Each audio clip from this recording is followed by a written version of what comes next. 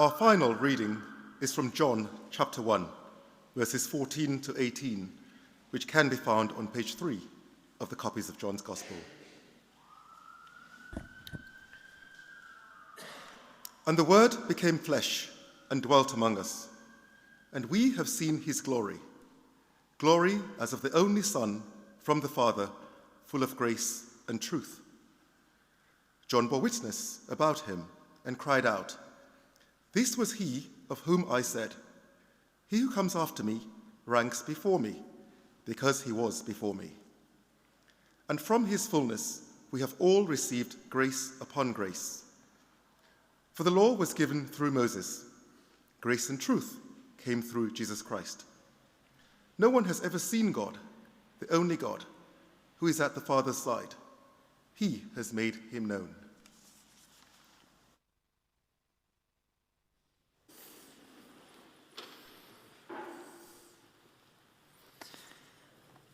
Well, thank you very much indeed for joining us at our lunchtime carol service, especially if this is your first time to St. Nick's. It's lovely looking around, seeing a number of people that I've got to know over the years through working here in the city. If we haven't met before, my name is Chris Fishlock, and I'm the minister here at St. Nick's Church. Now, some people say in terms of Christmas and the build-up, that the build-up is more fun than the day itself, the journey better than arriving, that sort of thing. Not true. It's all absolutely brilliant. I love it all. Here in the city, I've been hearing lots of stories from some of you about the office Christmas party. There seems to be an awful lot going on this year. I was speaking to somebody last week. They were off to the company Christmas party. They had just come from the client Christmas party. They had their team Christmas party. And they said next week, the team Christmas lunch. I thought that was totally ridiculous, absolutely brilliant. And I was actually quite jealous. I love all of that sort of stuff. Anyway, here we are again. I mean, Christmas is before us. And most of the world, certainly the Western world, spend a massive amount of money making it all happen.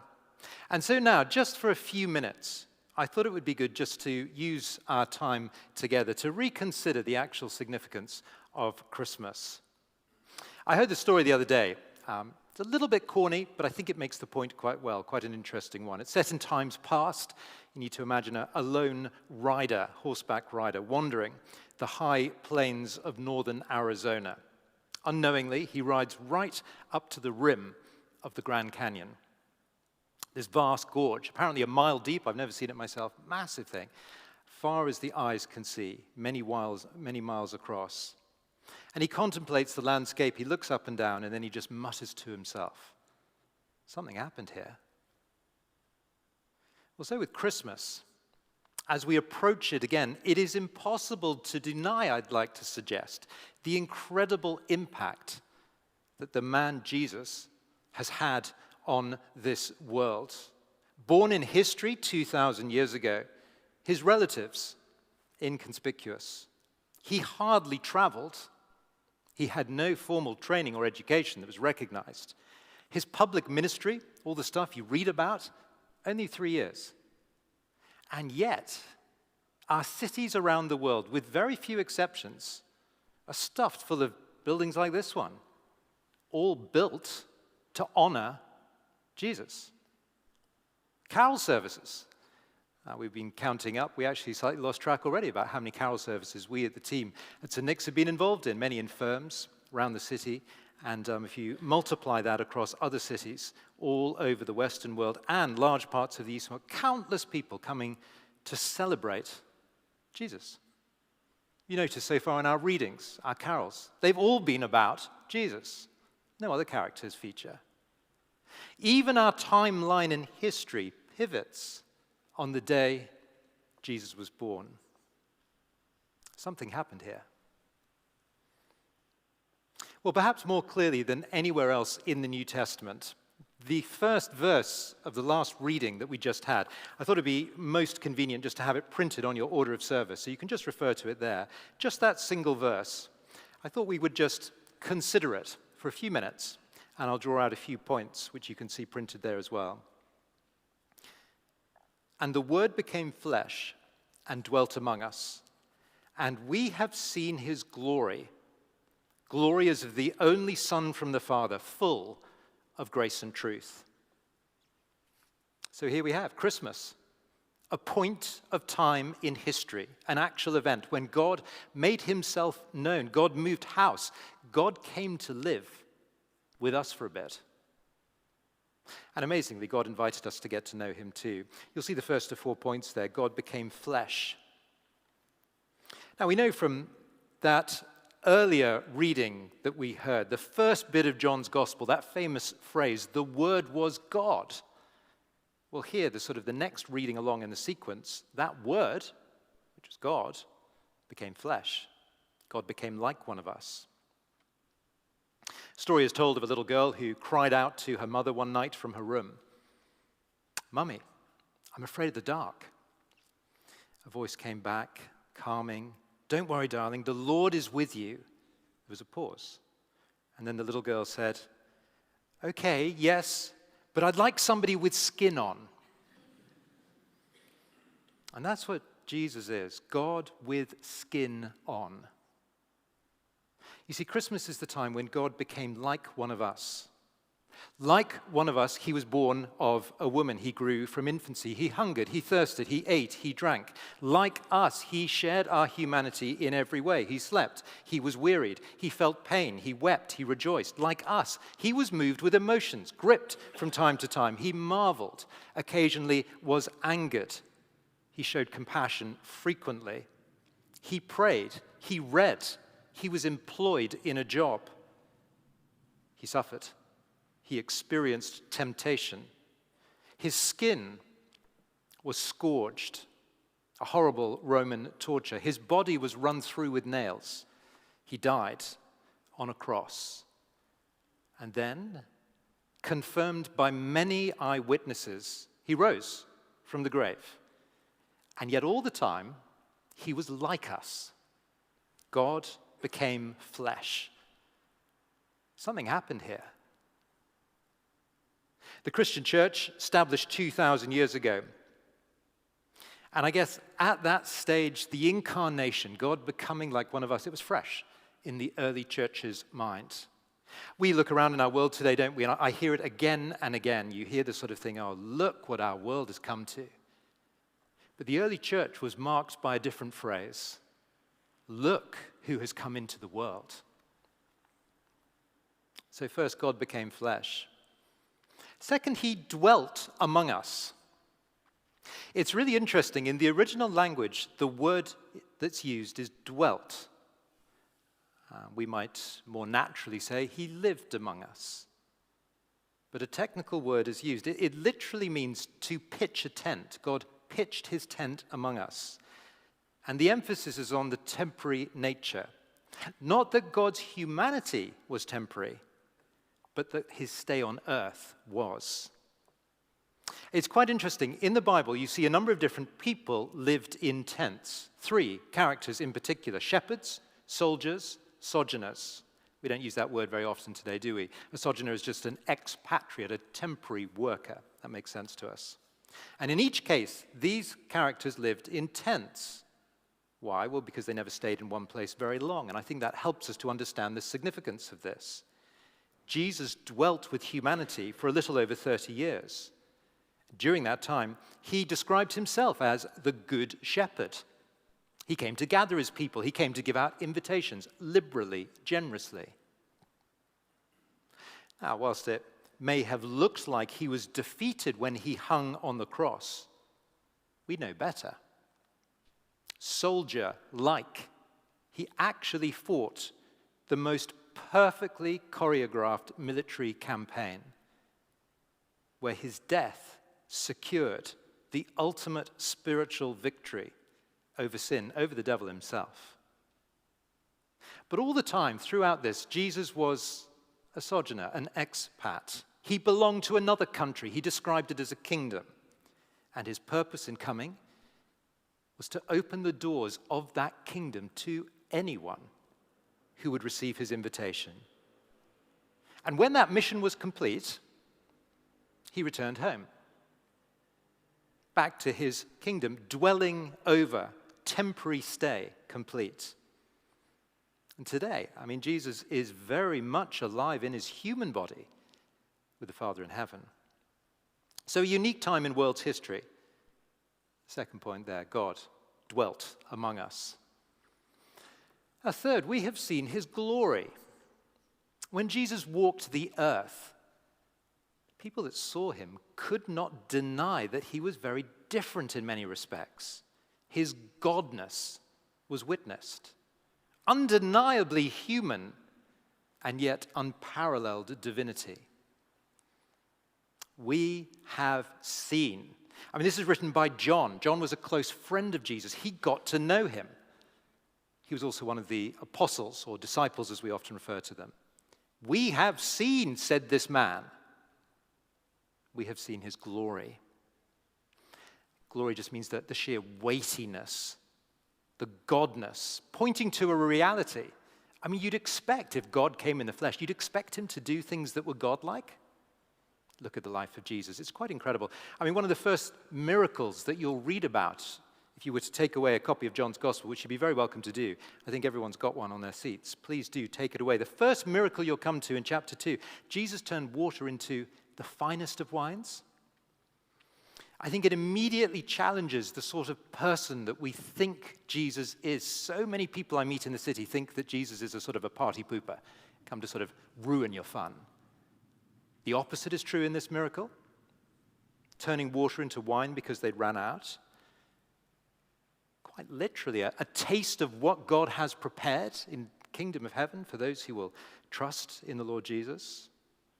More critically, for this point, a display of Jesus' godness, his glory. We have seen his glory. And as you go through the gospel, I mean, the sick and the paralyzed are made well. A dead man, chapter 11, a dead man, Lazarus, in the tomb 4 days. Jesus calls him out by name. God at work, his godness on display.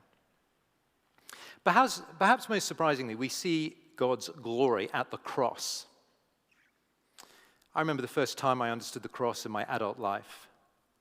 I mean, for sure, I had a great privilege of growing up in a Christian home. My parents faithfully taught me the things I now believe and understand. I always sort of thought I understood them. I never really understood them until my early 20s. I was working in the city in a job not dissimilar to many people's job here. And it became personal. I became aware, crucially, it's hard to describe. I just became aware that I had pushed God out of my life. I'd ignored him. I'd sidelined him. I paid him lip service, but it was basically, I'll do it my way. I don't think I ever said that, but that's how I lived, independently. It looked pretty upright in my opinion. And that's not good enough in God's opinion. And Jesus went to the cross for that. For me, that's what really hit me. Everything that I did wrong.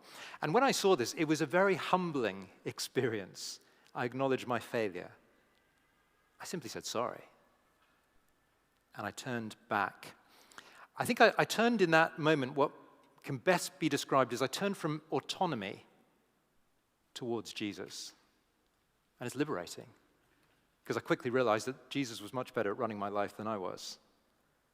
And all this happened, I mean, I didn't sort of go to some mountaintop and have some out-of-the-body experience or anything. It just happened as I got to know Jesus for myself. I think I was listening to a talk not dissimilar to this. And I started investigating and looking at the eyewitness material and considering it. I have a good friend called Dinesh. He's from Singapore.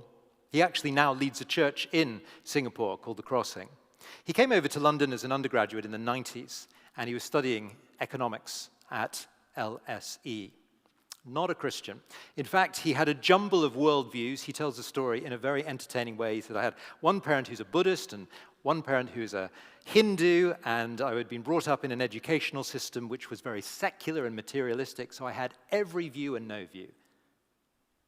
In London, a friend invited him to a Christian talk. And he said about halfway through, perhaps towards sort of the high point of the talk, it might be said, he was bored out of his mind. And so he picked up the Bible that was in front of him, and he started flicking through. And he came across a whole lot of maps. And then it struck him for the first time, because he realized that the Christian faith that was being explained to him was based on actual people and actual events in history, There were geographical places that these actual people had visited that could be plotted on a map. And he was amazed, because everything that he had understood about religion, well, had been based on myth or on legend or philosophy or moralism or asceticism. And that's not Christianity. True Christianity has been witnessed, recorded. We have seen. True faith is about observing what's been seen and deciding whether it adds up, whether you can trust it, whether you can believe it. And that brings us to the fourth point as we close. Jesus is full of grace and truth. And I absolutely love this. And this is the greatest way to be sort of finishing a Christmas talk. Grace and truth. I don't know what you thought about Christianity before you came today. But this is the heart of it. Grace and truth. It's not law and judgment. I think for many, and I've been working now as a vicar in the city for quite a long time, I can speak to people. I love talking to people about what they believe and suggesting that the Christian faith is credible and worth thinking about. And so many people, well, the conversations go something like this. I think that God, if he exists, which he probably does, he's a pretty good bloke. And I think God probably wants me just to sort of pull up my socks and try a little bit harder. I think my life, it's full of sort of ups and downs. And I think God likes the ups, and I think he's sad about the downs. And every year I sort of say to myself, I'm going to try and increase the ups and decrease the downs, and so on and so on. Can I just say that's got absolutely nothing to do with Christianity? At least that's got nothing to do with Christian Christianity. It's got a lot to do with cultural Christianity. But that's not true. True Christianity is grace and truth. Grace. Undeserved, free gift. Truth. Well, I explained to you the truth earlier, that you personally, like me, we're all the same. Every member of humanity is the same. We fall short of God's standards. No amount of ups can ever get close. Grace. Jesus did it all. We can trust him. Somebody once explained grace, God's riches at Christ's expense. Grace and truth. It's beautiful because it's gentle and it's accessible and it's attractive and it's actually useful. Think of a father with a young son. The child comes in one day absolutely covered in dirt. And the dad sort of gently comes down to the son's level. And he gets out a washcloth and very gently sort of applies soap to his young son's face. My, what a dirty face you have. How did it get so bad? But don't worry, I'll sort it out. Leave it to me. I'll do everything. You can trust me. All the time, the dad gently, lovingly washes his son's face. Grace and truth. What do we do? Listen to God's assessment of you. It's the same for everyone. That is humbling. It's real. It drove me just to say sorry to God. That's doable. What does he do? Everything. Absolutely everything. It's such a great offer. Ed spoke about risk and reward at the end. The reward is ultimate. It's eternal. It just needs to be accepted. One man put it like this: the Son of God came to seek us where we are in order that he might bring us to be with him where he is. Well, this Christmas, can I urge you to consider again this incredible offer? God came to live with us, to make himself known, and to invite us to join him. Very, very happy Christmas to you all. Now, let me explain what happens as